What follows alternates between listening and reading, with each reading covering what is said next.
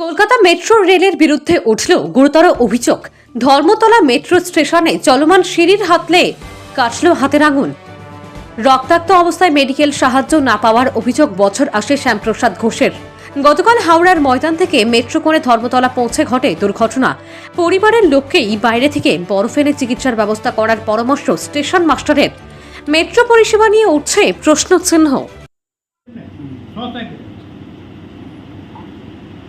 আমার সবথেকে খারাপ লাগলো কি জানেন তো, ওখানে গিয়ে বললো ওদেরকে ফার্স্ট এডের কথা একটুখানি এ করা উচিত ছিল, ওদের বলা উচিত ছিল যে এখানে কোনো কিছু প্রথমে চলো গড়িয়ার কোথায় ট্রেন আছে ওখানে নেমে যাই, গড়িয়াতে গিয়ে সব কিছু ওখানে রক্তাক্ত অবস্থায় মানে গড়িয়াতে ওই রুমালটা চেপে ধরেছিলাম, সব কিছু করিয়ে বললো কেটে দেবো, তারপর নিজে বললো কাটতে পারবো না, আপনার খুব ব্লিডিং হচ্ছে, আপনার ওইরকম থাকবে, কারণ কিছু হবে না, তারপরে কিচ্ছু হবে না।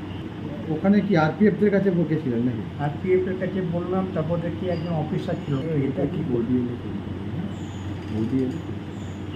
ওনারা বললেন না, কিন্তু একটু বয়স্ক লোক, এটা তো কিছু আপনাদের বলা ওরা সব চিল্লাপিল্লি করছে, চিল্লাচ্ছে না, চলো গড়িয়ার ট্রেন ধরো, ছেলেও ছিল নাতিও ছিল আমার, তো গিয়ে গড়িয়ার ট্রেন ধরো, আমি বললাম আমার কোনো ভয় নেই, তুমি চলো। অল্পের ওপরে এর থেকে তো আরো বড় কিছু হতে পারে। আমি যদি পড়ে যেতাম তাহলে তো আর কিছু করার নেই। তাহলে সেখানে মেডিকেল ট্রিটমেন্ট সিস্টেম সেটাই তো আমি জানতে চাইছি, সে যদি পড়ে যেতাম তাহলে আমার কী হতো, ওইটাই আমি বলতে চাইছি। যদি আমি পেছনে পড়ে যেতাম, যদি ছেলে পেছনে না থাকতো,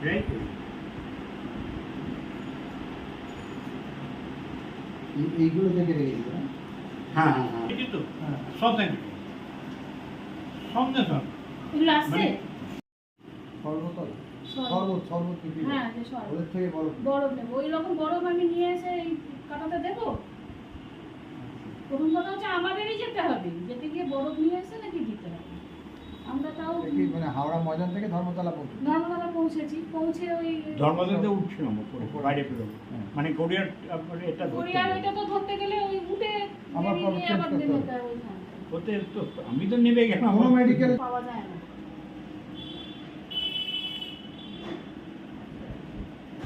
জামা ফামা হলো রক্ত হ্যাঁ, পুরো বাবা রুমাল ভর্তি আছে, রুমালটা রক্ত ভর্তি রুমালটা আছে। এখন লাল হয়ে গেছে। কোথায় সেলাই করে আগে সেলাই এখানটা সেলাই করে রাখতো যে ঢুকে এখান থেকে আমি বেরিয়েছে, উঠে গেছে ভেতর থেকে ঢুকে, বিল্ডিং হচ্ছে, ডাক্তার বলছে আপনার বয়স বেশি তো, বিল্ডিং বন্ধ হতে টাইম লাগবে। এখন ঠিক আছে, আমি বাড়ি যাচ্ছি, তাহলে বলে কোথায়, তো ও জানে যেখানে যাবো, বললো ঠিক আছে আপনি গিয়ে একটু শুয়ে পড়ুন। আমি চেয়ার ছিলাম এরকমভাবে, বিল্ডিং